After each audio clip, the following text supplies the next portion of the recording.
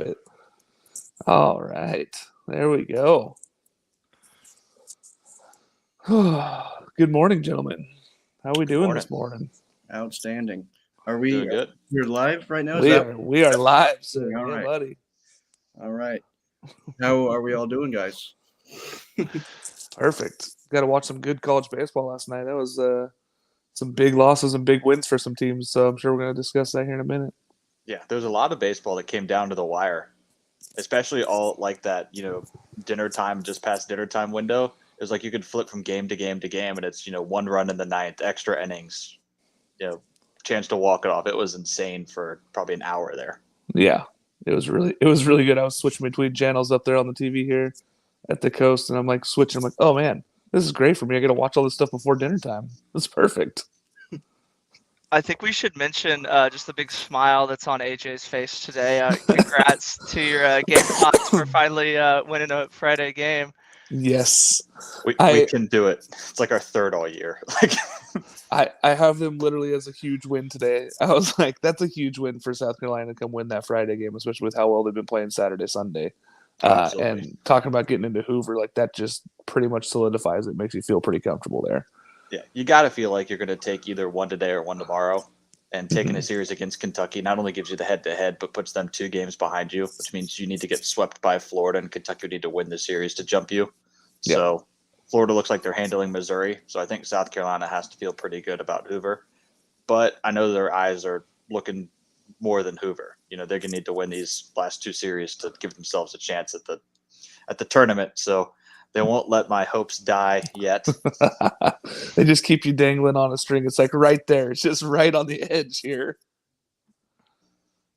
Yeah, and I think with Mississippi State kind of falling off here, I think they're losing streaks up to 4 or 5 with the heartbreaking loss last night against A&M.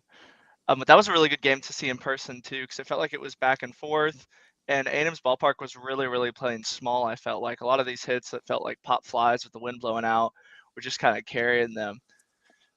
And I'm sure AJ could attest, remembers that from the South Carolina series, some of these fly balls that just keep going and going and going. On the flip side of that with A&M, it seems like that was kind of what was happening with Mississippi State last night. Yeah, keeping them in the ball game with that small park. That was a huge loss, though, for Mississippi State. It really puts them in a bad place here moving forward. They are right there on the chopping block with Kentucky about being chopped out of Hoover. So I think they're even behind Missouri at this point. So they're officially out 2 games back, I think, from even going to Hoover. And that'll be a far cry from winning the national championship to miss Hoover the next year. I think they're tied with Missouri. They're tied with Missouri. They're tied with Missouri? Yeah, and then they're both 2 games back from Kentucky. It's kind of a weird dynamic. I've spent the last 6 years kind of rooting for Mississippi State just because they're so nice to me on Twitter, but I need my Ole Miss Rebels to make the tournament so they can make a super regional, and then I can go scorched earth. But how have we not mentioned the Arkansas Raccoon yet that has taken over the country? I assume it was on Good Morning America this morning. Jake, did you run into any Raccoons at your time at Mississippi State? Are you a Raccoon fan? Do you have a Raccoon jersey yet? No. Frisco High School hasn't sponsored me yet. I know that they're the big Raccoons, so in some talks with them.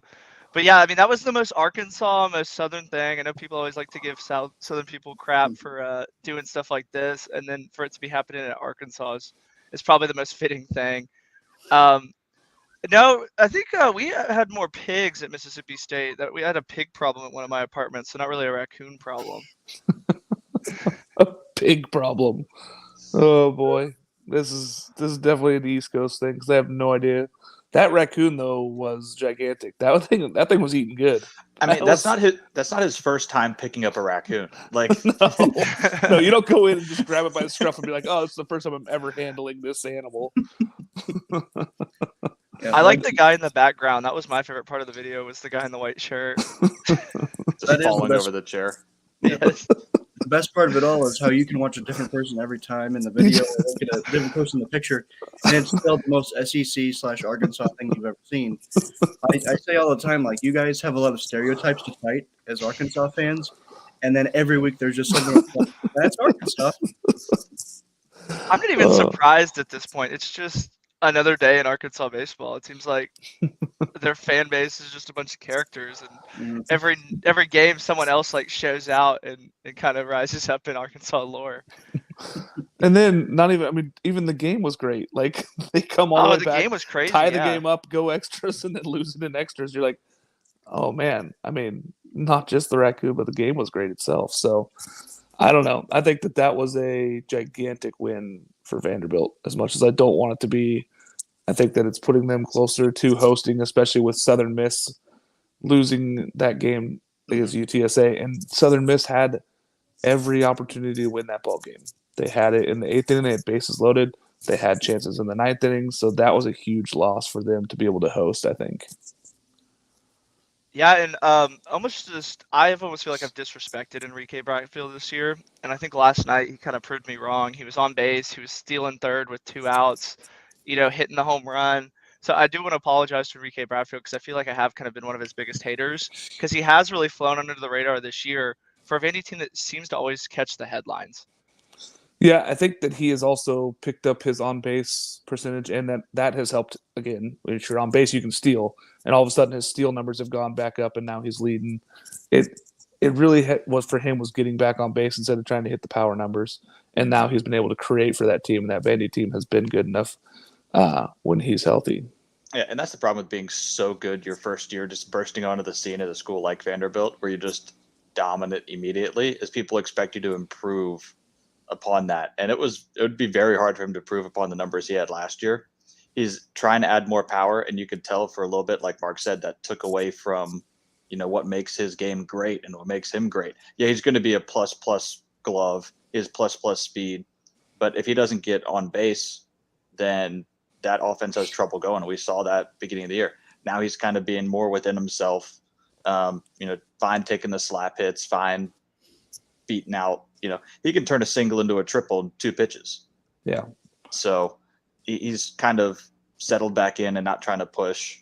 But I think it was kind of Vandy struggled. People were looking at why are they struggling? It was like, well, Enrique Bradfield's not doing what he did last year. He's still putting up great numbers, but he wasn't hitting, the gaudy like 380 with 60 stolen bases. Like, he wasn't being superhuman, and people were thinking he was slacking. Yeah, and you could tell it like we talked. He was trying to hit that ball out. He was trying to hit a launch angle and showing that he got bigger, stronger, and ready for this next season. That's not his game. I mean, yes, it's going to be great down the line for him. He's going to be able to hit the pop, but he's the guy slapping it around the yard, getting on base and setting his teammates up to score him. So that has changed their game the last couple of weeks here, and really the last month of the season. Actually, it's made a big difference for them. One school I want to give a shout out to real quick. VCU laying the wood down on Massachusetts yesterday, 26-2. It was unreal to watch. I think it was like 4 guys had their first collegiate home run for VCU yesterday. It was just bombs away, insane. Just another good baseball school. They got 30+ wins already. Another good baseball school in the state of Virginia. Yeah. As much as Jay keeps saying it, state of Virginia might be the best baseball state. It's hard to argue at this point because they just keep showing up and they just keep showing out. Yeah, I was going to say the complete opposite of that. As much as I harp on Virginia being the king of college baseball this year, I think Massachusetts might be the worst state for baseball. It seems like all their teams are bad. All their teams are kind of flailing. But just to kind of piggyback that, I think I want to, change my answer with UTSA beating Southern Miss. I think Texas is quickly turning into the center of college baseball again. Texas is kind of back in it. A&M's back in it. UTSA. Tech even looked good. I know I'm kind of Tech's one of the biggest haters, but they looked really good last night too. Yeah, I had that on my list too. That's a huge loss for Oklahoma State and a huge win for Texas Tech. That really, I think it hurts Oklahoma State. Is then they need to win this series really to host, be a national seed. I think that they host top 16 no matter what.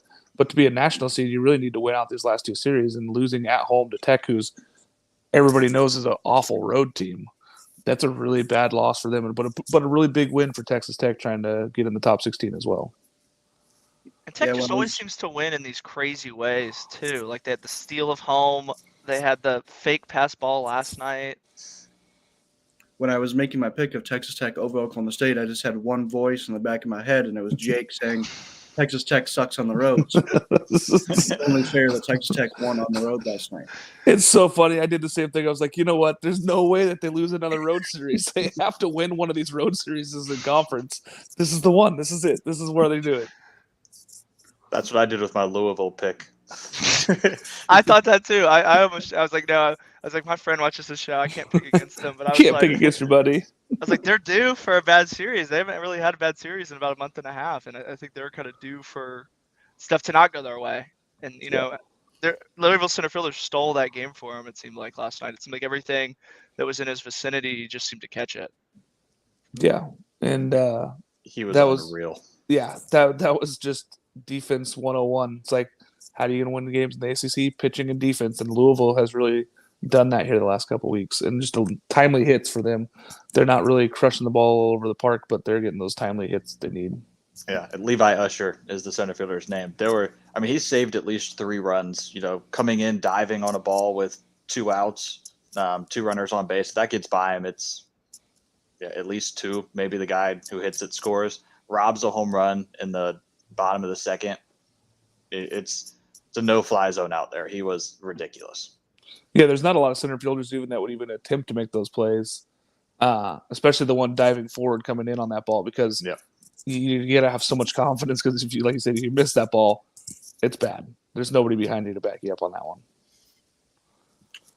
Well, with timely hitting and great defense comes Omaha. Let's revisit our Omaha Eights. A lot of movement the last couple weeks. It's been so nuts in college baseball. I'm excited to see how everybody's changed.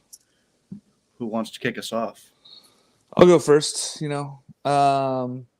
So I kept 5 of my ones from last time. Tennessee, they're still the number 1 team. I still believe that they're there. They have the offense, then they have pitching, they have defense. They're showing it off here against Georgia. Big series so far already series win for them. Huge. Oregon State, they're doing the things that they need to do. Last night they had to score runs, which was not their case usually. With Cooper Jerpy on the mound, that's usually not what they have to do on Friday nights. They went out and scored 12 last night. I believe that they get there as well. Looking that they're going to be able to host Super Regional. So Arkansas, I think that they still have enough. I'm still looking for that leadership to step up. Caden Wallace has really got to be the guy, I think, for them moving forward. But I believe that they have enough. LSU, I still got them in. I think that the Barry injury is tough, but I think he's going to tough through it and be able to play, so that should be okay. Stanford, they are playing their best ball of the season right now. They have come alive. They look a lot like the team that went to Omaha last year. I think they have enough on the offensive side, and they're pitching well right now. I think that's what their key is, and they'll be able to get in. My 3 new ones, 3 ACC teams. Vautech, I think that they are pounding the ball over the place. I think that they are the team that's on fire. They feel like a team of destiny kind of this year, with their first time being really looked at as hosting and being a top team. I feel like they're going to ride that momentum wave all the way to Omaha. Miami, who is really crushing the baseball. I know you hate that pick, Noah. I've left them off for so long, but I can't leave them out any longer. My shirt screams Miami. It's Miami, okay?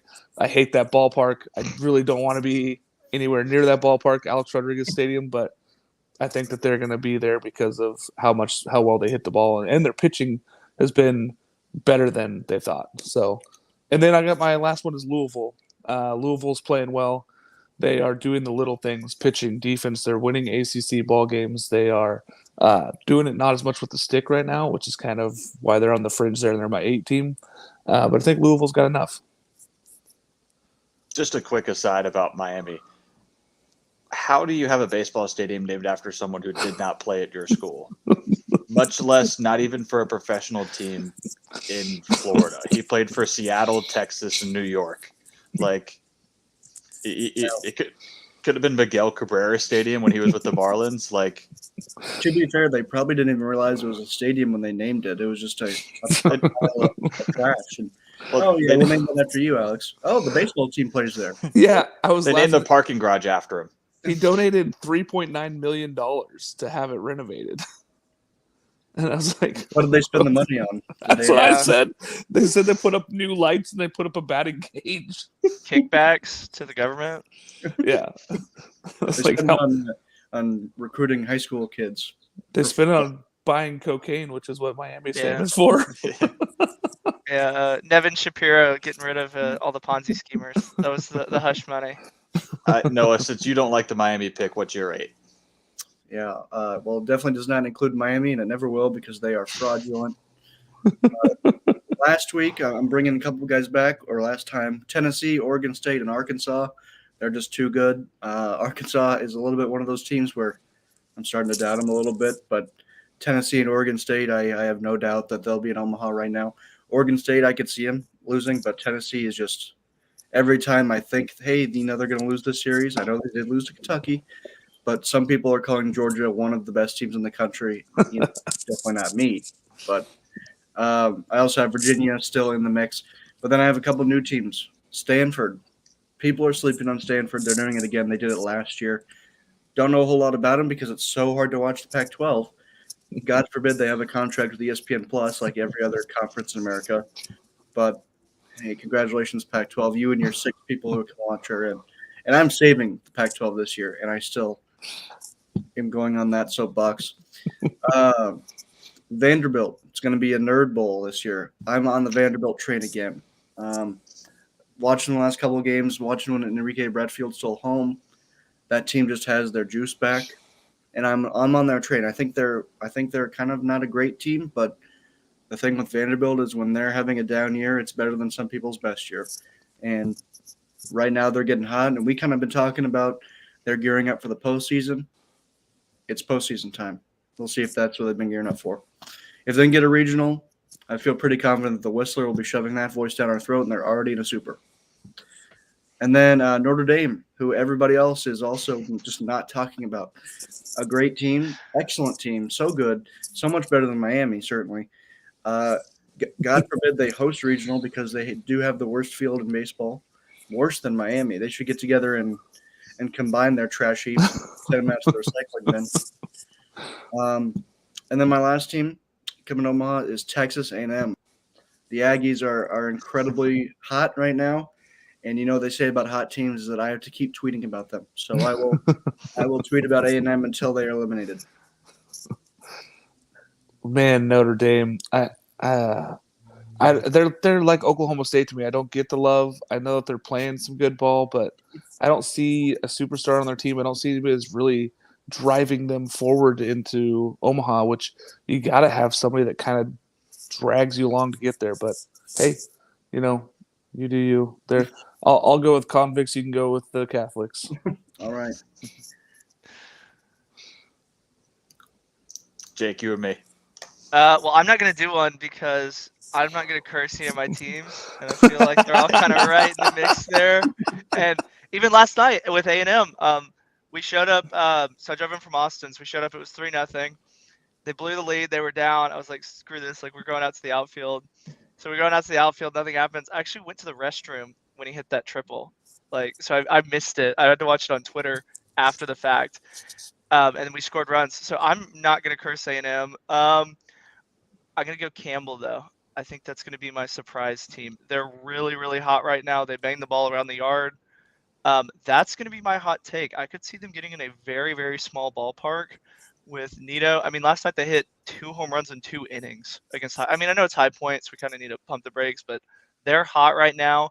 If I'm betting on a mid-major that makes it to Omaha, I'm rolling Humps. That's going to be my surprise. Yeah, and if you're looking at a regional they could be put in, if Georgia hosts, they could very well be put in that one. They could be put in Auburn's. And I don't think either one of those teams wants to see Campbell as their 2 seed. I was thinking Auburn. I was thinking that Auburn is playing with that win last night. Auburn's right there, somewhere in the 13-14 range. I think that'd be great. That'd be a great regional. Yeah, that'd be fantastic. And that's pretty close too. And it seems like their fans kind of like to travel well too.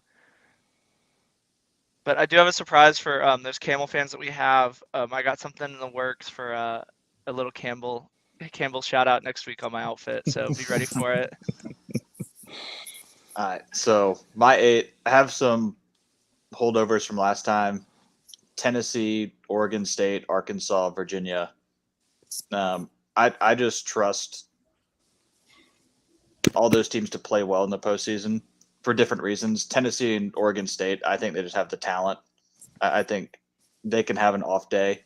And I think Oregon State had a little bit of an off night last night, and offense still picked up the pitching.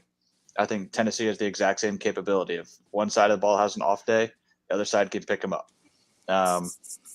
Arkansas, I think Dave Van Horn is going to get the team focused. I think they might have gotten a little overamped for the Vanderbilt game. Always a big series when they play. And you can see some of the guys pushing a little bit. They never had a lead in that game, which is very rare for Arkansas playing at home. And then Virginia, talk about a team you just don't want to see in the postseason. They just always seem to put together good, consistent at-bats, good performances. They don't beat themselves. And then I got newcomers, LSU. Believe it or not, I did not have LSU in there. Sorry, Alex, but I didn't want to jinx them. But I think right now it's hard to find teams that I trust. And I trust the offense of LSU. Louisville, I think Louisville's going to – I think the offense is going to kick into high gear. I think they are going to host. I think they're going to finish strong. And this is almost a lock if they get a national seed and need a very strong finish to do so. But I think they're going to gain some confidence winning the series on the road this weekend of we can win on the road, beat good teams on the road. And I think that's going to launch them to Omaha. Oklahoma State. It's not me liking the team. It's me looking at who they could potentially – what their national seed is going to be. And they'd have to struggle to fall out of being a national seed. Yes, there's a lot of probably undeserved praise that they've gotten so far this year. But, they're going to be matched up against a double-digit seed that could have someone like Campbell coming to Oklahoma State. And I would trust Oklahoma State to get it done at home. That's kind of what I'm betting on. And then my last team, my kind of upset team, if you will, Santa Barbara. I think they're going to be very dangerous in either a Gonzaga or a Stanford regional. And they're going to get matched up with I was trying to line it up, and I was like, they're going to play Miami. And they're going to go into Miami and just roll that team who's coming in there thinking, Miami's back, the U's back, and the Gauchos are going to roll. So Gauchos are my pick to go deep. I like that one. They're playing their best ball right now, which is what you have to do when you want to go to Omaha. I think that's probably why for me I left Virginia at 9. They're right outside on the bubble for me because they're not playing their best ball right now. They have the potential though to turn it on, and if they do have offense and defense and pitching. But that's why they were right on the bubble for me to say no Virginia and yes to Louisville. But I like the Gauchos. I like that pick. Yeah, for me, the team I have right on the outside looking in is Virginia Tech, just because I didn't think they expected to be where they are. I kind of see them, eyes getting too big, more on their plate than they can handle right now. Do they have the talent, the ability to be one of the last 8 teams? Absolutely. If they're there, it would not surprise me. But it was a toss up between them and Oklahoma State, for being frank. Yeah, I mean, as you heard mine, I had no Big 12 teams. I don't have any faith in the Big 12. I don't think that they have enough talent. I don't think that they play a good enough schedule. I had Texas on for so long, but they've fallen apart. I tried to tell you. I know. I tried to tell you. I know you did. I know you did. I just had this I don't know. I had this outstanding belief that Ivan Melendez was going to carry them even without pitching, and it just is not possible. So, yeah, it's. I think that the SEC and ACC are just so much better. I think that they each send 3 this year. So when Texas makes a run, it's my fault. Just laying that out. Now that we brought it up on the show and we're saying we don't really want them to go there, now they're going to come up and show up all of a sudden in regionals. They're gonna go to the Texas A&M regional and beat the crap out of them. No. It's happening too. It's starting to happen. I really hope Texas wins this weekend though, so it can boost A&M's RPI. Texas has been just killing A&M's RPI the last couple weeks. So speaking of RPI, what do y'all think about the Texas A&M canceling the game? What's y'all's take on that? Wait, hold on. Before we get into it, it was mutual. So A&M did not cancel it. Who initiated the conversation? I think actually Incarnate Ward did.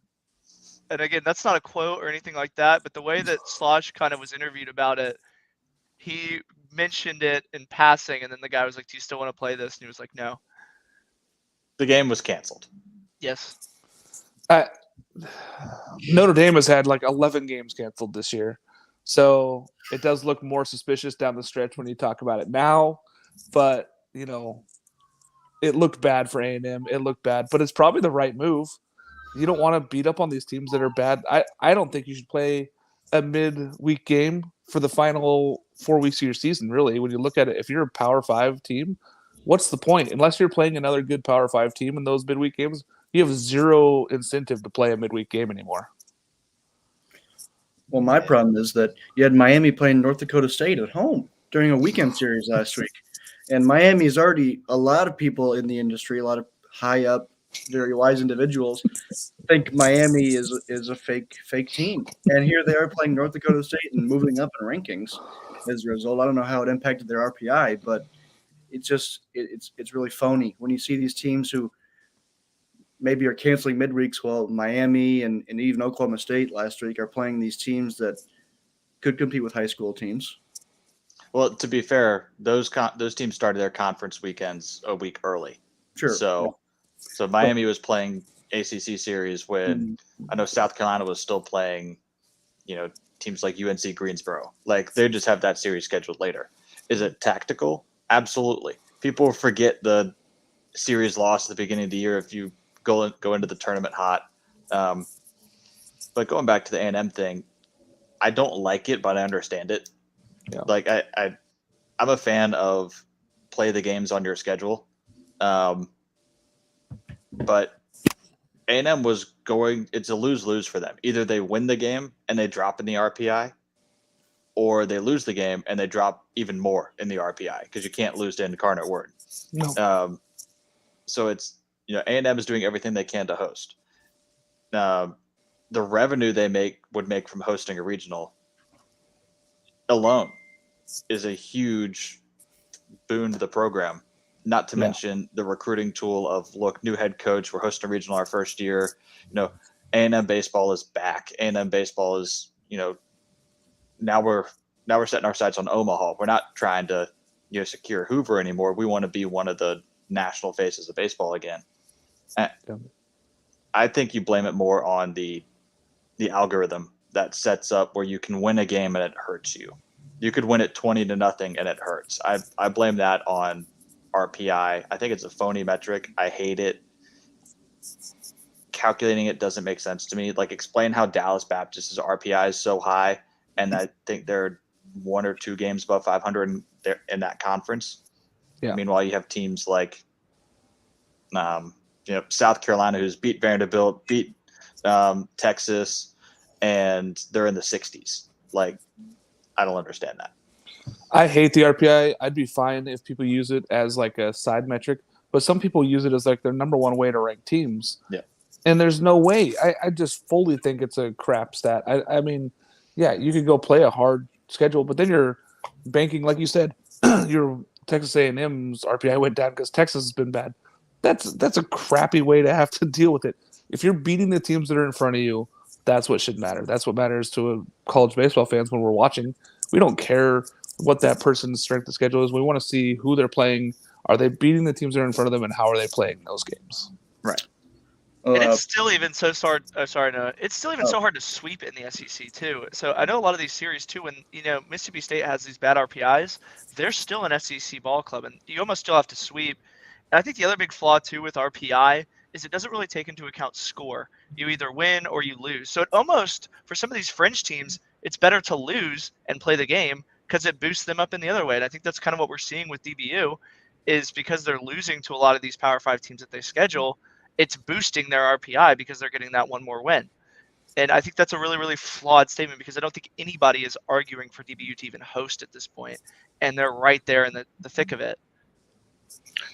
Going off of Mark's comment about how some organizations use it to rank teams, we all know who it is. It's Baseball America and their clown show rankings, and we wonder why these rankings are just so ridiculous. And it's because they put too much stock into this phony stat that we've put too much stock into. And, I just don't want to pile on Baseball America when I have the opportunity to do so. You have Teddy Cahill this week openly tweeting about how they use a metric about we value wins when that team, where that team was ranked when it happened. So, for example, Tennessee, great team, obviously. Nobody's taking them off the one line. But they currently have in their hat, according to Baseball America, a sweep over the number one team because they beat Ole Miss. Ole Miss is a fringe tournament team right now. Yeah. And whoa! No, they're not. They're a super team. They're right. They are a top 16 team, according to a lot of smart, wise people who may have PhDs. But Baseball America is just they need to redo what they're doing. I tweeted at Teddy Cahill, have you thought about examining the way you guys make polls, knowing I wouldn't get a reply. He's still working on a reply, but I don't understand how these people who look at RPI and these other outdated statistics, they're the reason we have 6 polls and they're all wildly different. Yeah. 7 polls. And guys they're out there doing it old school. They're looking at box scores to figure out how they're going to rank their teams versus looking at highlights, looking at teams, looking at how they're playing. There's games that are won and lost, and they're just going, oh, that's the box score. Here it is. That's what it is. Their RPI is here, so I'm going to put them. When Notre Dame was number 1 in the country, are you kidding me? After losing to Delaware. Yeah. Come on. That's just blatantly just not even paying attention, not caring enough about the sport that you're covering to put them at number 1. So, if they get to Omaha, maybe I'll worry about that statement later, but I think that's just a crap way to do it. I mean, watch the games you love, pay attention to what's going on, read the room. Don't put Notre Dame ever number 1. And another big proponent too is I've heard a lot of people say that, there's over 300 college baseball teams, you can't watch all of them. It's yeah, but you can look and see if Oklahoma State's okay, I need to tune in, they're one of these teams, and then see if they pass the eye test. I know that college football always gets a lot of crap for having the eye test and this magical formula, but at the end of the day, I think that's something that college baseball almost needs to adopt because it's too numbers based and it's too binary to where you kind of have these teams that play really good one day and then maybe they're up and down and their RPI is just going to tank. Like for example, Louisville, I know that they're notorious for losing midweek games. Those midweek games really don't matter in the eyes of the ACC. They don't matter in the eyes of the tournament, but RPI puts such a big emphasis on that, and it really is a flawed system. Yeah, and if this is your job, how can you not catch a couple games from a top-ranked team? They play 55 times. You're telling me you can't watch them a few times during the season to see what you think they actually play? I'm fine if you want to check the scores and do all that stuff. I do all that stuff every time. But if you're not watching the games and you're not sitting down and taking in what they all have in counter, then you shouldn't be doing this as your job. You should be doing something else. Yeah. It's not like they are, like us, where we have other responsibilities. We're students, we're working professionals who do this on the side, but we all love college baseball and we find the time to watch games. We find the time to keep up. They get paid to do this and they can't, college baseball is more accessible now than it's ever been. There are hundreds of games that you can it's on demand on ESPN. That's what I did last night. I watched the, for the hours of great baseball last night, there were games I didn't get to catch that after certain games ended, I was like, well, Florida laid the lumber on Mizzou. How'd that happen? So I turned that game on demand, and it's all recorded right after the game ends right there. And you can fast forward and see the highlights in it. It takes you 30 minutes, but, that's just me wanting to know what happened to another team. I don't get paid to do that. People who get paid to do that, considering where Florida should be, what seed they should be, should they be in the tournament, they're going to be making, I guarantee you, they're going to be making a bracket projection. And I guarantee you they probably didn't do that. They're going to look at the box score and be like, oh, they killed Mizzou. And it bothers me that people who get paid to do stuff don't care as much as they should. And they tweet too. Teams tweet all the time too. So like when you see a home run, it's like, okay, was it like a Texas Tech Cracker Jack home run, or was it an Oklahoma State 500-foot bomb? Like you can look at the tweets all the time, and every baseball team keeps their receipts almost. So it really is an excuse. There's wheels online. Like I went to the A&M game in person, drove back, watched 3 games on wheels in 10 minutes, officially caught up. And don't tell me, oh, there's too many games, because there's time. You don't need to watch Mount St. Mary's play Monmouth. Like, narrow it down a little bit. But I'd be lying to you if I said I wasn't watching Davidson play St. Joe's Thursday at like 3 p.m. Yeah, I mean, we can bash on these guys all we want, but we as a collective group probably have a problem watching too much college baseball. We'll sit there and watch games that really are not even on the radar. But if I got paid to do it, I'd watch even more. Like, if it was my job, I'd have 5 all TVs. I would do. Right now, what I do is I set up my phone on one screen, I have my laptop on another, and I have my TV on a third. Like, I have 3 games going almost every day of the weekend. So, yeah, I've been thinking about my setup come regional time, where I'm just going to have every screen I can and have one out on the patio that I have, and I'm not going to be able to step away. But then you have guys like Teddy Cahill who are tweeting about like Star Wars at Saturday at noon. Like, what are we doing? Like, you don't even like. It's nice if you don't pay attention. Like, it's kind of, I understand. Like, you know, you do have to set some time to watch these games. Maybe you're not watching every second of the day. Maybe you want to watch a movie at some time. Whatever, that's fine. But you're never tweeting live about college baseball. It's pretty rare to go to his account. Not that I follow him, but to go and see, oh, yeah, look at this cool tweet that he's clearly watching this game. And then he releases this goofy poll on Monday, and we're supposed to honor it as if it's the same as D1 and all these other ones.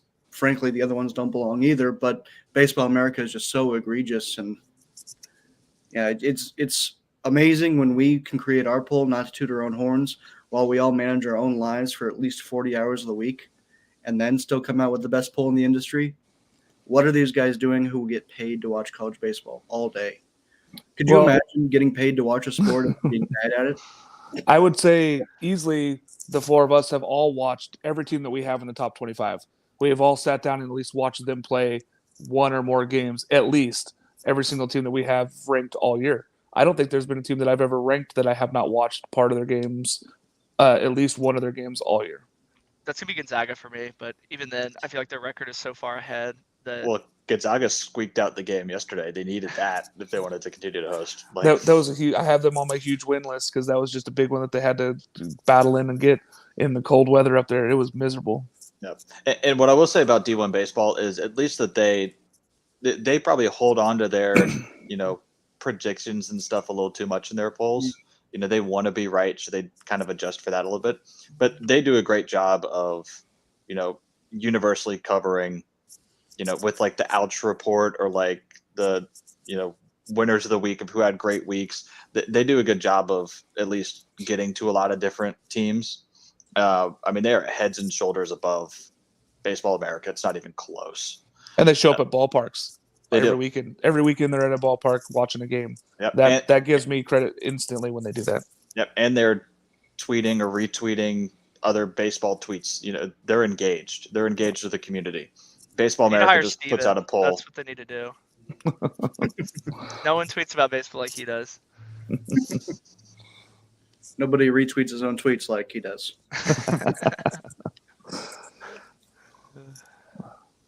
Nobody steals tweets like he does. Yeah, like a thief in the night. One thing we also haven't mentioned is the Yukon lost to Xavier yesterday. How bad does that hurt their chances of hosting now, losing game to Xavier? That puts them out, right? Yeah, especially how they lost 7-2, I think it was. Like, they're not hosting. They're going to go be a 2 seed. I think that's what they were going to be anyway. But it shows you how weak that conference is when you lose one game and it's by hosting chances.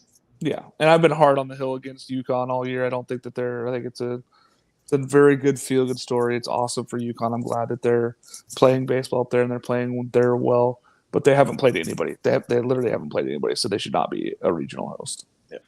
So are they a dangerous two, or are they a two you want to see? That's kind of my question with Hey, them. if they want to come to Corvallis, I'm all for it. Bring them over.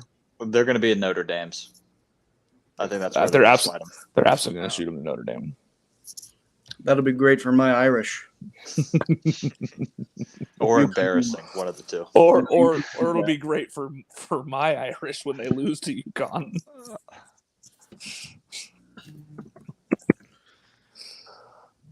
Oh. Yeah, with that comes who's going to be hosting. You guys, Mark and AJ, took some time during their busy weeks to talk about college baseball for free. Wrote a great article breaking down the 16 who's hosting right now, and then they also said who might be hosting, who has that opportunity to sneak in. But we have a special guest with us today, folks. We can talk about those host sites a little bit, but there is a story that shocked the college baseball world last night. You saw it on Twitter. We'll just bring on our guest, and he can talk about what happened last night. It's sending shockwaves across the country right now, Grant. Were you on Good Morning America this morning? People are wondering. Oh gosh, hey, my phone has been blowing up all morning, and I'm not one for fame. I'm a pretty low key guy, so this is all pretty new to me. Well, thanks for joining us, man. This is outstanding. That was something to behold, especially from a guy in the Pacific Northwest here. I was like, what is happening? For sure. Well, hey, I appreciate y'all having me on. Hey, I've been following y'all on Twitter for a long time, so I'm pumped to be up on here. So, Grant, I made the prediction that it was not your first time picking up a raccoon. It is my first time picking up a live raccoon. Where we're from, I guess hunting raccoons is not an uncommon thing. So I have done that all my life, but any raccoons that I've handled have been deceased. So yeah, definitely a first live raccoon interaction. Now, Grant, how did you find the raccoon? Was it just sitting at your feet? Was it scurrying through the seats? What was that? So what it was doing, so it made a sweep through our row. So obviously, we were watching the game, and you just hear a bunch of people just standing up and hooping and hollering, and it made a few passes in like the row in front of me and the row behind me, and then it went to the whole section over. And so I was like, oh, it's past us, and then it all happened so fast. And next thing I knew, it was right below my feet. And before that, I was yelling at everybody. I was like, grab it, grab it, grab it. And then the opportunity arose and the clouds parted, and I just saw the opportunity. I just grabbed it by the back of the neck and picked it up. So what happened to the raccoon after you grabbed it? Did the university just like throw it outside? What did they do with it? So after I grabbed it, I walked it up the stairs through the concourse, and I was walking out of the stadium, and I had two police officers with me just because, I guess. And I was walking out of the stadium, and I got to one of the parking lots, and I reared back to sling it. And when I did that, it had enough leverage to reach back and nip me on the hand. So Oh no! I was told that there was another raccoon in the stadium. So I'm not sure if it was the same guy that got in there, or if it was, maybe his brother or sister. I have no idea. That raccoon looked like it had been eaten right. So that was not a little guy. He looked like he had been eating ballpark food all year long. So. I think he's made a few visits to Wright's Barbecue there in the stadium. So I saw a report that you tried to go back in the game and they wouldn't let you. I did, yeah. So like I said, I'm obviously a crazy Hog fan, so I was ready to go finish my beer and get more beer and watch the rest of the game. But after I got bit, the cops were like, yeah, you need to go get a rabies shot right now. So I figured it was against in my best interest to probably listen to them. So At what moment when you were carrying the raccoon did you kind of realize, or maybe it didn't even hit you, that you were going to be semi-famous from just the way you were holding this raccoon as you carried it out? It was kicking its feet. Probably got it. It didn't take but 2 minutes for my phone to start blowing up. Hey, was that you? Hey, was that you? Hey, was that you? So after it bit me, and there's a medical team that came and cleaned the blood up and this and that. We had a cop drive me to my truck, so I didn't have to walk, and so I could drive to the ER. So as soon as I was in the cop car is when my phone just started going bananas. So it was probably 5-10 minutes after it happened. So I was like, man, this is this is something else. Have you watched the video? Oh, I've watched it. I've been watching film on it. So I'm trying to see what I can do better next time if opportunity arises. Have you seen the people around you, every different person having a different reaction, the person falling over the chairs behind you? What was your favorite background activity to have? That person falling was actually my mother, bless her heart. Oh, no. I had an extra ticket to the game, and all my buddies were busy doing graduation stuff and this and that. So I took my mother, and yeah, she took a hard spill, and she's got a big old bruise on her thigh. But I don't feel too bad for her because she's going on vacation today, so she's about to be on the beach here in a few hours. So I think she can live with it. Well-earned vacation. That was quite the spill. Yeah, no kidding. I guess my other favorite thing was the reaction of the Vandy bullpen. There were some good faces in there. Are you headed back to Baum today? Oh yeah, hey, I'm rocking and rolling. I'm ready to go right now. Do you expect there to be some kind of red carpet for you? I hope not, because like I said, I'm not like I said, I'm a pretty low key guy. So I think I've got a few more interviews set up, and they were talking about possibly having me up in the booth during the game. So I guess we'll just kind of have to see where it goes. All I'll say is that if the people sitting around you, they should buy you a beer today at the game. That's got to happen. Like you sit next to the guy, you got to buy a beer. Yeah, we'll see. Hopefully so. But like I said, I'm not one looking for pats on the back. So I'll take whatever they give me. Just the tip of the hat and the buy of the beer. That's the way to do it. That's right. Now, so the Razorbacks going to bounce back today? I do. I feel good. We got Hagen Smith on the mound tonight. I like our chances. I just think bats probably started a little slow last night. But yeah, I mean, I like our chances. You can never count the Hogs out, so I think we'll be good. Yeah, y'all need Caden Wallace to get going. That's right. My bold prediction for Omaha is y'all need Caden Wallace to get going, and that'll help out. Yeah, when Wally when he's rolling in that leadoff spot, he definitely helps us get that momentum going. Yep. Now, Grant, if the Hogs come to Omaha, will you be following them? Every time the Hogs have been in Omaha, I've been there, and I will say I love Omaha, Nebraska. That town is so fun. The bar scene right outside the stadium's awesome. The town's awesome. So yes, if the Hogs are in Omaha, I will be there absolutely. And I have never seen a raccoon in the stands here, not once. I guess the last time I was in Omaha was when we went 2-0. We lost to Florida State and Frank Martin. That was his last season, I believe. And the time before that was obviously the travesty of the foul ball. So I haven't had too good of luck there. So hopefully that'll get turned around sometime soon. I'm sorry for that. I'm a little sorry for that. Hey, I got a few questions for y'all. Y'all were at Baum the other week, weren't you, for the LSU series? I was, yeah.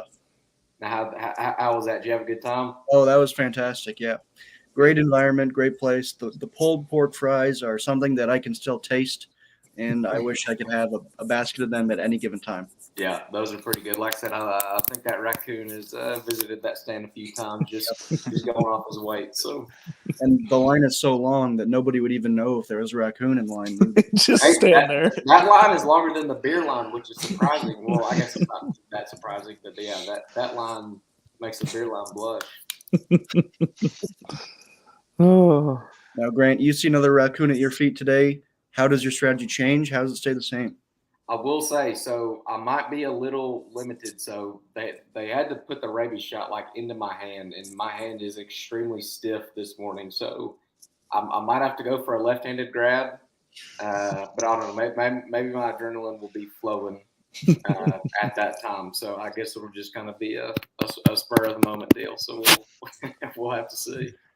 Did they say how the rabies shot worked? Would you have to get another one if you got bit again? Yes. So I've got two. So I've got the shots last night. Then I've got to go back in 3 days, 7 days, and 14 days just to get the full dosages and this and that. So yeah, I've got an appointment set up on Monday, then 7 days, and then 14 days. So man,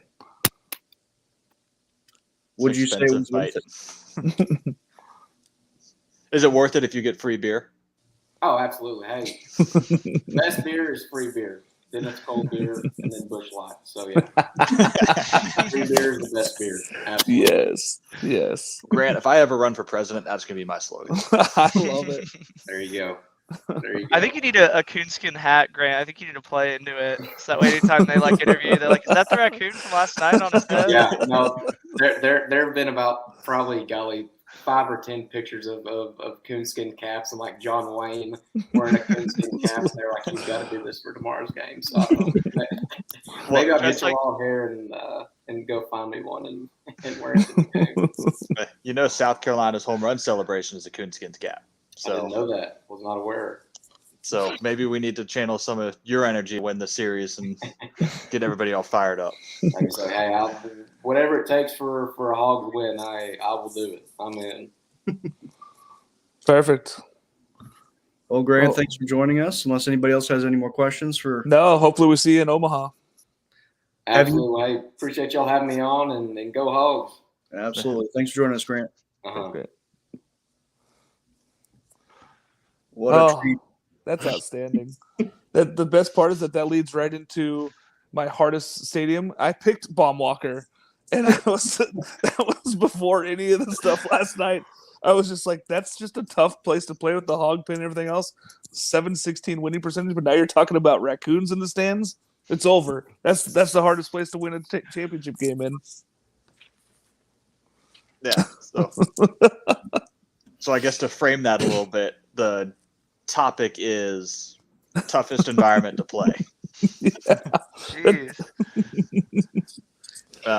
We actually had that segment picked out a couple days ago, and then all this happens. So is there anyone who doesn't have Baumwalker picked as toughest, or like an audible or a second string? Because for me, it jumps off the page. I mean, Tennessee is tough, but the stadium itself doesn't have much seating. It's smaller. Yes, they get rowdy. Yes, so that's probably my audible is Tennessee, just because left field, they can pack people in there. It gets loud. Those fans love how they play baseball. And rolling in with momentum, rolling in with, they're going to be the number 1 seed. But it would be elite if they added some more seating down the foul lines, which I think they're going to do, especially if Coach Vitello keeps taking that program in the right direction. They need to expand. Yeah. But it's still an incredibly hostile environment to go and try to win games. Yeah, I was also thinking a little bit of a smaller stadium. Goss Stadium is number 2 behind Baumwalker for me. They know how to host regional. They know how to host a super regional. It rains. It's cold. It's a place where teams like Texas, if they're sent there, they're not going to like it. They're not going to be comfortable. So the crowd is a little bit on the smaller side, but they love college baseball up there. It's not even like at Tennessee, you have some fans who are still getting used to it. They've been only watching college baseball up there. Mark, you guys don't even like other sports because your other teams suck. Yeah, it's baseball, tough. Baseball's the number 1 show in town. Baseball's it. And, the biggest thing is, Goss is a great stadium. All the seats are like right on the field. And, it's 4,000 people, but it's all Beaver fans. Like, if they didn't have to give away seats, if they weren't forced by the NCAA to give seats away to the other fans, nobody would allow other fans. It would be all Oregon State.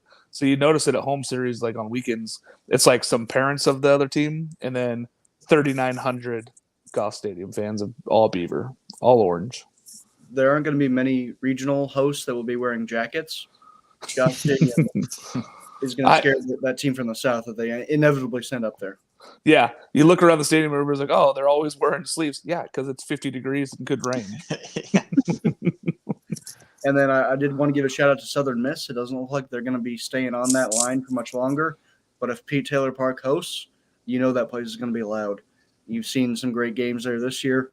They're going to fill it. It's going to be great. And then another shout out to Texas State. We saw how great that home game was against Texas. Hopefully they aren't feeding the other team any alcoholic beverages this time. But if Texas State hosts, another place where you do not want to be sent. So I'll go ahead and get my biases out a little early here. I still think Mississippi State, even when they're bad, is still a tough place to go play. I mean, I was kind of sad a couple weeks ago when they were losing to Florida, so I went and watched that Stanford series that they had at that Super Regional, and I still think that's just one of the craziest environments ever. And they'll be playing that video for recruits, I think, until the end of time. A&M gets really rowdy too because the student section sits right above the dugout, so it just kind of channels in. And they really need to update the ballpark. I know they're spending a boatload of money on football, but their stadium is too small. We went to the game last night and ended up having to sit in the outfield because every single square inch of the berm and every single seat was taken. It was UTSA. I was going to mention them, but I went and saw it in person, and very underwhelming. For those who don't know, you need to Google UTSA's baseball stadium. It's insane. They sell it out constantly, all 300 people. But I would say if I'm, picking a series where I don't really want to go play, I would say Alex Box. It seems like their LSU. fans are really rowdy. They play fast there, and you blink, and they have 3 runners on base. Alex Box is definitely the one that I always want to avoid as a visiting fan. They just seem to get out of it. They're rowdy. Their fans are something else. I'm sure Alex can attest, but Alex Box definitely. Yeah, I was gonna say A&M if you didn't, because they're the one fan base that fully gets into the ball five, and certain pitchers can handle that well, but when you get up into 8, 9, 10, you just start feeling bad for the guy on the mound. Like that environment gets so into it, especially now. You can tell they're into every pitch. Watching their comebacks against South Carolina that fan base never gave up. They're down 9-0, and you still hear the student section on the mics just saying absurd things. Yeah. And it was unreal. They were down 9-0 and 4-pitch walk, and the entire stadium was ball 5. Like, not many fan bases are that into it down that bad. Which is, I think they've helped carry the team this year. But I think A&M is probably one of the more underrated because people think of them as that, and then they don't really think of them. But removing biases, I think that's a very, very valid, tough place to play. In the bubbles too, so you have give up a run and just the entire field gets covered with bubbles too. I know that's probably because you can't be mad at bubbles because they're so lighthearted. It's great. I just gave up a home run and now these bubbles are rolling on the field. It's obnoxious.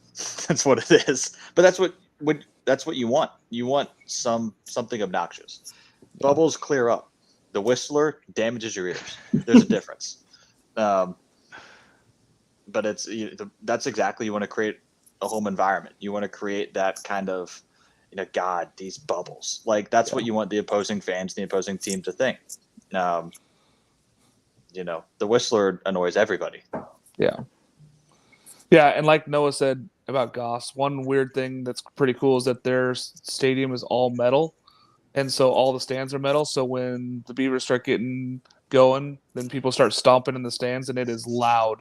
That metal just echoes throughout the stadiums, and it all faces down towards the field. It's a pretty cool thing when it starts going because there's no concrete really. It's all metal, and so it gets really loud. That place is just so weird when there's a regional in there. It's you look and it doesn't look like there's a ton of people there, but the place gets really loud, and these teams, you can tell that they just hate it. There's a lot of places where you look and they're happy to be in the tournament. They might be getting annoyed by the fans, but it just looks like nobody else is having fun when Oregon State is playing at home. Even when they're winning, it's like these guys they want to get out. Yeah. Yeah, even when Stanford won the series there, they still said it was the hardest place to play, and they were just ready to get on the bus and get out of this town.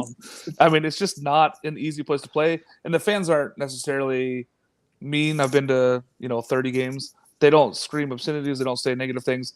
They just are loud and very enthusiastic and ready for baseball. They just love it.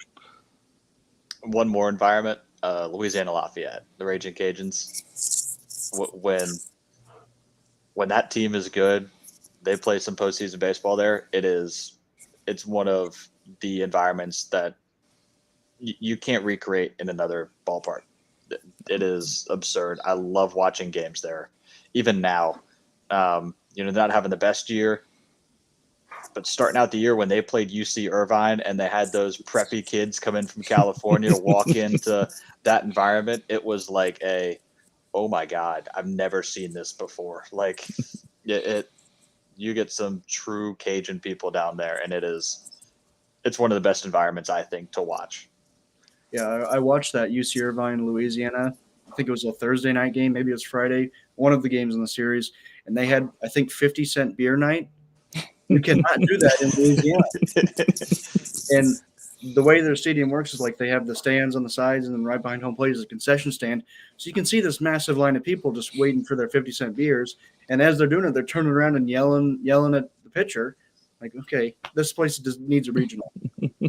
They made Arkansas look like a bunch of choir boys in Round Rock. I've never seen the people that sat by us. They were racing every beer that they had towards the dugout, and they had to come back because they did it too fast. It was the craziest thing. And it was during Mardi Gras week too, so I didn't have work the next day. But yeah, that was probably, they're underrated. They're LSU's drunk cousin. And I know that's even crazy to say. For anybody who's ever met LSU fans, I know they like to put away the alcohol, but Lafayette's even wilder. So imagine LSU fans going, hey man, like, you might want to order a water here. Plus the Love Shack, the La Tech, that's a great environment too. I think they're probably on the same tier as Southern Miss. Yeah, I was gonna say Southern Miss and La Tech feel like the same thing. It's a small ballpark, but it has 6,000 fans that show up.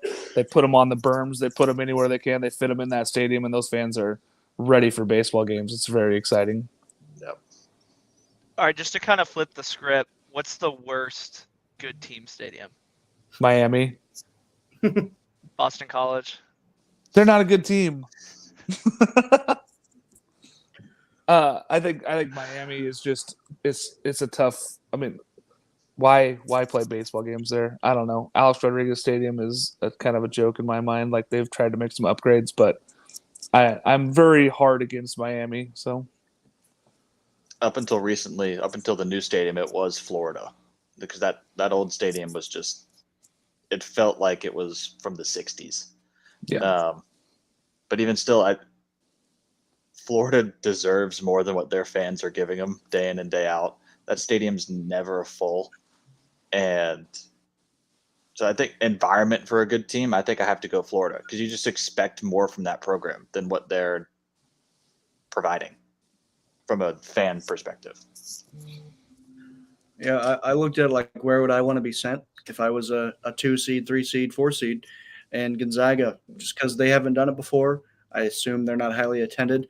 You look at their Twitter account for just the baseball team, and they don't seem too interested in their own product. So I wonder how the fans can be terribly interested. Great team. They might host a regional. If you're a 2 seed, like imagine Texas up against Gonzaga. That feels like a series that Texas is going to win. Maybe they have trouble with the weather, but you never know. With who's going to have more fans in the stands, Gonzaga at their home stadium or any visiting team like Texas, LSU, when they were on that 2 line for a little bit, they would certainly fill that place up more than Gonzaga fans do. And then another team like Virginia Tech, just because they haven't done it before. Maybe it's going to be a little bit weird to be hosting a regional, super regional kind of situation. Who knows what that place is going to look like. The team is going to be extra nervous in front of, look, this place is full. What are we doing? And then another one, Yukon. I hope to God they don't host because they're not a good team, but I would love to be sent to Yukon. If I'm a 4 seed, I'm thrilled. Yeah, we get to play Yukon. They're a 4 seed too. Yeah. Yeah. The other spot that I was thinking of was the Sunken Diamond. It's kind of old. It needs some renovations down there at Stanford. It's not really imposing or frightening when you go in there, other than the fact that you're playing Stanford at Stanford. Mm-hmm. That's the only thing that kind of gives them a little bit, is that their history. But that ballpark feels like it's historic. It's not new. It doesn't have anything to it. There's no excitement. It doesn't feel like a college stadium. It feels like an old, 1980s minor league stadium. Yeah, a team that peaked in the 90s. It feels very much like that. Yep. So do we want to get on with our picks? We got our picks. Well, first, it's a mid-major update. We don't have one this week. Yeah, so we're going to be rolling out some mid-major bracketology next week. So we're going to get you all the information, which conference tournaments you need to watch, which teams to look out for, which teams are in, which teams are out. So we're going to be rolling that the rest of the way down the stretch. Magic numbers. Everybody from Coppin State all the way up to Southern Miss, we're going to get you every single team that you need. Which you better watch out for Coppin State. They're under 500. There's only 4 teams in their conference, so they're one of 4 teams. But but hold on. I think they're going to be a team that you need to watch out for, because if you're a 2-3, you know that 1 seed isn't going to waste their best pitcher on Coppin State. So you better watch out and almost playing ahead with, because Coppin State's going to probably be the worst team in the tournament. We got Alex for the bets. We got bets Do this week. we have any questions from our beloved fans? Ooh. I'm feeling we have at least one.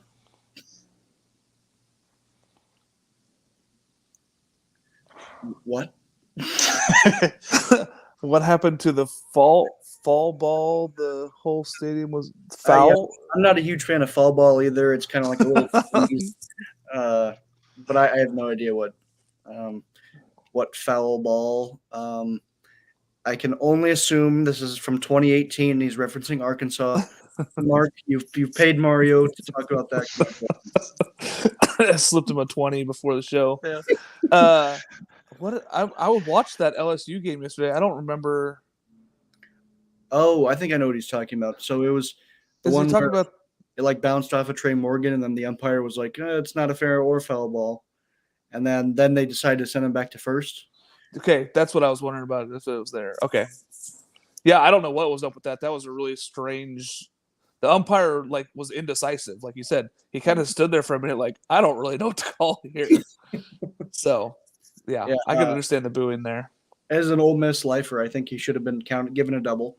But I thought it was interesting that second base umpire Jeff Macias, who we all know, really took the lead. Yes, him took the lead on explaining the situation to both coaches, even though he wasn't the guy who made the call. It was a total look at me moment. I think college basketball fans know, like, John Higgins, the ref, is Hollywood Higgins. We might have to come up with a Hollywood sort of nickname for Jeff Macias. He's just put me on TV at all costs. Whether it's look at me, Macias, or something like that. Yeah, it's. I mean, he thinks people pay to see him ump a game. It's absurd. He looks like he's going to like a Toby Keith festival. Like, he is just terrible. Always makes everything about himself. He's like, if you're formulating a perfect umpire, he's the opposite. Yeah. That's the answer. That's the answer, Jake. To be fair, I did tweet out that if he's in Omaha again, I will do whatever it takes to get a picture with him, because he's a celebrity at this point. He's one of those guys you see walking down the street. Is that Jeff Macias? I would interview his wife. I would love to see what he's like at home. Like, I wonder if he gets power trips, or if he's like the complete opposite. He's like, oh man, I get to go into the stadium. I'm saving this one. Like, if he gets in a fight. I wonder if we can get the Macias family on the weekend rotation. Opening up the fridge. I'm opening the fridge, and I had a beer, letting everybody know I had a beer. Close the fridge. I really hope they start wiring up umpires. I know the MLB's kind of teased it a little bit, but I would love to have wired up umpires in Omaha. I want to know what Macias sounds like. I bet he has like a really, like, I don't even know what to expect, but I just expect him to be like talking like with such an attitude, but then to just be wrong when he speaks. Like, kind of like you, Jake. Yeah, conviction and without knowledge. Hey, if you can convince yourself, you can convince anybody. So hey, I convinced y'all on Virginia Tech. So Virginia Tech convinced us on Virginia Tech. I mean, and I don't have them in, so do better. AJ's still on the outside there. AJ convinced me that I hate Texas, though. So I'm here for that. So, weekend picks. Well, first we have to make some money with Alex, unless he canceled that too. Did not cancel that. Alex, okay. Yes. Hello. I did not cancel that. Barstool Bets tried to cancel that, but Per usual. DraftKings comes in the clutch again.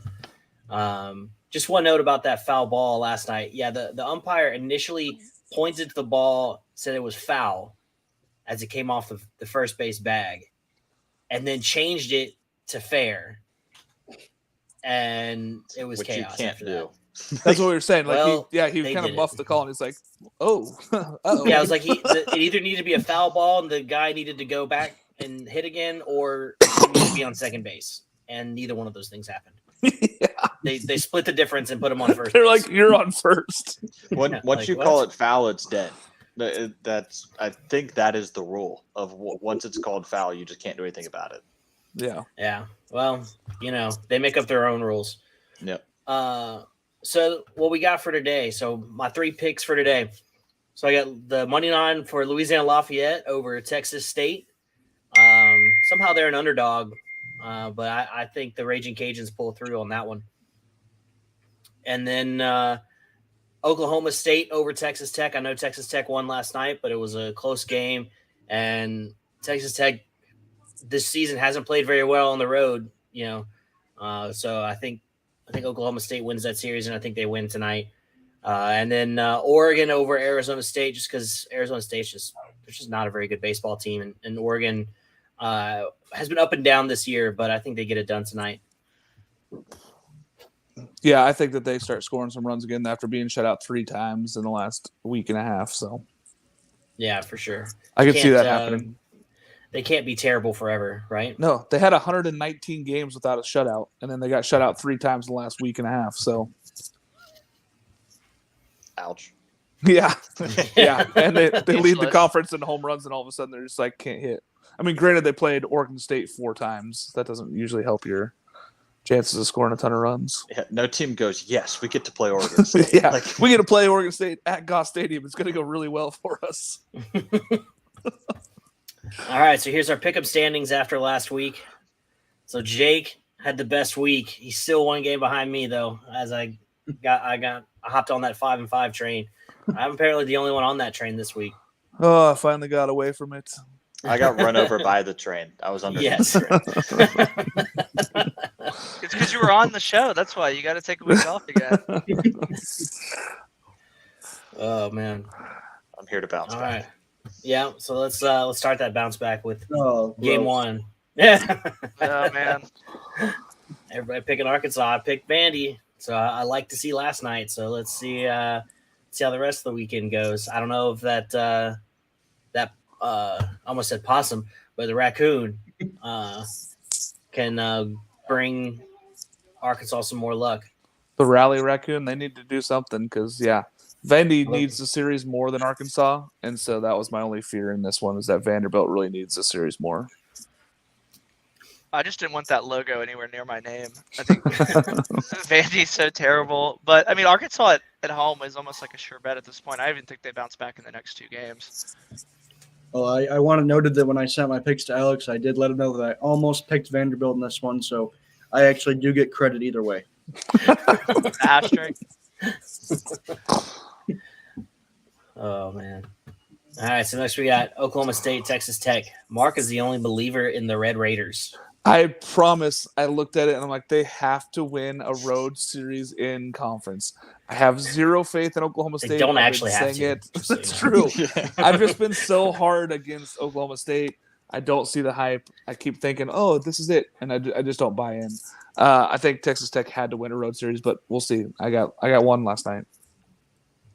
Yeah, I just don't trust Texas Tech's bullpen. You know, they ran out towards the end of the game. They run out guys with 6 and 7 ERAs in a situation where they're trying to close out the game.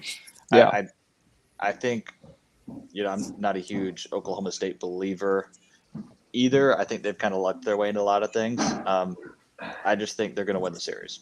No. Yeah, I kind of had flashbacks to Major League with Serrano when he hits the home run. I do feel like Texas Tech is almost due here, that this was way too easy of a pick for me with Oklahoma State. And then after I sent it to Alex, I was like, Tech's really bad on the road. Oklahoma State's really good at home. I was like, that's the perfect storm for it to be too obvious, and then everything get thrown out. But I really do like Oklahoma State. I don't think Tech's bullpen travels very well at all. I know Oklahoma State has a lot of plug-and-play guys, it seems like. But, their stadium was pretty rowdy last night, and I kind of expect it to be rowdy again today. I still feel pretty confident with them in the next 2 games. Because Tech always loses on Sunday, too. That's the other thing. I don't think any of us trust any team in the Big 12. But I'm starting to see it a little bit with Oklahoma State, where I can see them being in Omaha. It just every time I tune in, Griffin Dorshing hits a home run. This time it went 513 feet. It actually went 600. Don't let the numbers. You can't measure a home run that went out of the stadium, and that's okay. I just love two hitters in the Oklahoma State lineup. I don't trust anybody else in their team, though. So. All right, next we got Florida State, Miami. We all know what Noah's pick was here. Well, I had to pick one of the teams. I don't like any team from the state of Florida. I almost picked both. You see in that FSU logo, there is a U. So, in a way, I am on both teams. In fact, I'm on neither. So, I have no idea. I assume that they did not continue last night's game, but I have no idea if they did play. But give me the Noles, and I hope they win because Miami is a bad team in a high school stadium. I had to roll with the U. I've picked them in every series. I think that they are the better team. I think Florida State is stumbling. The only difference is Florida State's starting pitching in Parker Messick, but I still like the U to win the series. Yeah, I was kind of the same way. Oh, go ahead, AJ. Yeah, I was just praying the pitching for Florida State's going to win them this series. I if possible, I think Miami's going to overlook this series a little bit, but you can't overlook Parker Messick, and I think the pitching for Florida State, their bats get hot one game a series, it seems like. So I hope Parker Messick can win them a game, and then I hope the offense can win them game 2 or game 3. Yeah, I know Noah mentioned that he hates both of those teams. I was rooting for the weather or natural disaster in this game, so they really don't have to play it. I really liked Miami a slight bit just because it seems like they're at home. They are the hotter team. And I kind of want them to, doubt Virginia Tech in the ACC tournament, maybe be riding high, be like, yeah, we're Miami, we got this. So I really wanted them to win just so they kind of overlook the ACC tournament and Virginia Tech can get that Final 8. All right, so next we got Ole Miss and LSU. So that game was suspended in, I believe it was the 3rd inning last night. So with Ole Miss leading 4-2, so they're going to play. They're starting up at 11 o'clock, finish that game, and then go into a doubleheader. So we'll see how that goes. But I think that favors the Tigers because Tigers have the significantly better bullpen than Ole Miss does. And Ole Miss didn't get much out of Dylan DeLucia. He's been their Friday night guy the last few weeks. He's been undefeated the last few weeks. So to not be able to have him go 7 innings and throw 100+ pitches is hurts them a lot. Yeah, and he has absolutely dominated on the road. His road home splits are insane. So, they count on the road for him to go in and kind of suck the life out of a ballpark. And he can't do that because he, burned him up yesterday and can't come back and pitch today. So, like you said, of course, we didn't know the weather was going to be a factor. I think the offense is just too good anyway. But the bullpen definitely is a huge advantage for LSU in this series. Too much offense, too much bullpen. Absolutely. As an Ole Miss lifer, I know that my Rebels own the month of May. And this is in May, folks. I think Ole Miss is going to easily win 2 of 3. It's going to be so simple that we're going to be talking about, did we forget about Ole Miss being good? No, you didn't, because you've been hearing about it from me for the past, month on this show. Ole Miss is so good, and I'm so excited to see them playing in Super Regional. People forget they actually just won Game 1 before LSU brought out the old rain charade. If LSU ends up winning this first game, I think there needs to be an investigation. Well, no, since you're an Ole Miss lifer, you'll already know this, but I just feel the need to point out that Ole Miss has only won 1 series in Baton Rouge since 1982. Well, this is the month of May, and we own May. Go Reds. That was like 7 mascots ago for Ole Miss. So.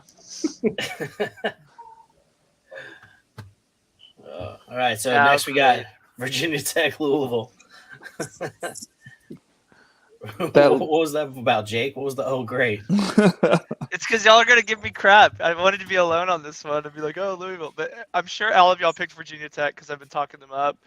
They have Hackenberg going today, so I could see them bouncing back, and then anything can happen in an ACC game 3. Virginia Tech hits the ball around. I think even though last night they lost, they still had 4 or 5 balls that had over 100 exit velocity. So I really do anticipate this kind of happening today. And I'm not gonna mention that the girl, the rally titties. Yeah, I think the Vodtech just offense at home. I thought it was enough. Louisville's playing great ball though. This is where they come in. I mean, if they want to make their postseason run, this is a good start for them to come in and do it right now. Hey, good on you to not mention it, Jake.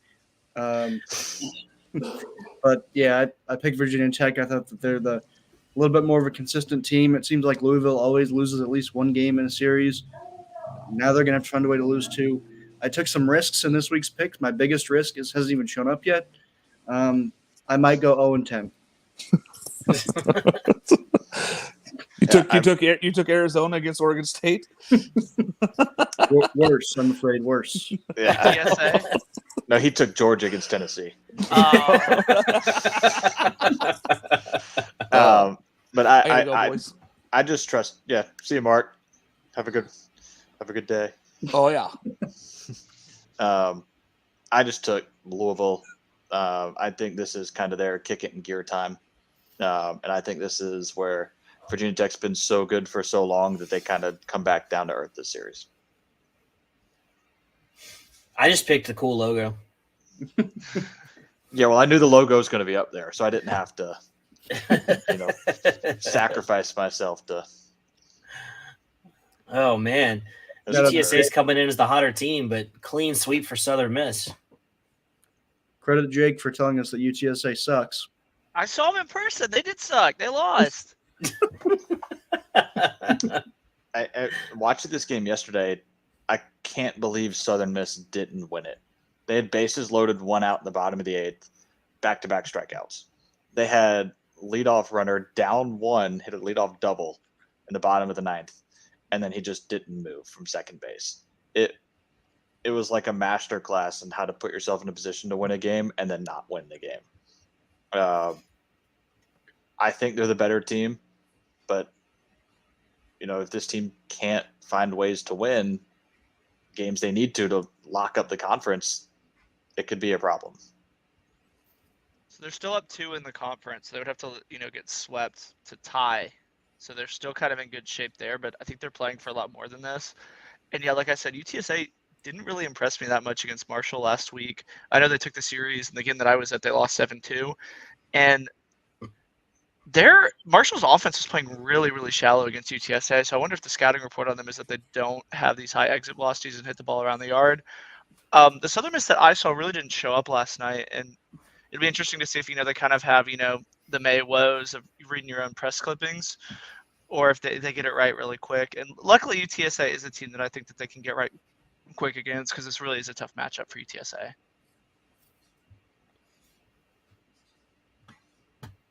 All right, next, Georgia, Tennessee. Noah tried to pull a fast one on everybody. Yeah. I should have known that they wouldn't lose 2 series in a row, but obviously I am a Georgia lifer. Everybody knows that. But, yeah, no comment. It's always nice when not only have they already lost game 1, but they've lost game 2, so the whole series is done. So I say we don't even count it. I say we count it twice. Please. Yeah, for the fans, we were debating on whether or not to even pick this game, because we were like, we're all going to pick Tennessee, so should we just throw this one out and pick another one? But Noah pulled the Lee Corso not so fast and saved our winning percentage there. Speaking of winning percentage. Yeah. Arizona State, clean sweep. Oregon State, clean sweep over Arizona. And they won game 1 looking bad. So if they can Arizona's not a bad team, but if Oregon State can win playing bad, that's a great sign for them winning this series. Yeah, I mean, they're right there with Tennessee as the 2 best teams in the country. Some had them at number 1. Some did. Yeah, Michigan and Maryland. That is an interesting logo for Michigan. I don't know if I've ever seen that before. Is that a pot on their head? It's a hat. Oh, It's like it looks like a crock pot to me. That'd be the most Midwest thing I've ever seen in my life. He has a dip in, is what it looks so like. It's a white hat, that sailors wear. Mm-hmm. I'm calling it a crock pot. Yeah. Only reason I picked Michigan here is my fiance is a Michigan fan, so I can't pick against them. I wasn't gonna let Maryland do it to me 2 weeks in a row. I went with the Fighting Tony Sopranos last week. They let me down. I hate Michigan and their catching helmet that's ripping off their football team. Their one College World Series run, which as an A&M fan I'm very jealous of. So, but Big Ten baseball is dead. We need to just kill it. Move to hockey. Let it die. Yeah.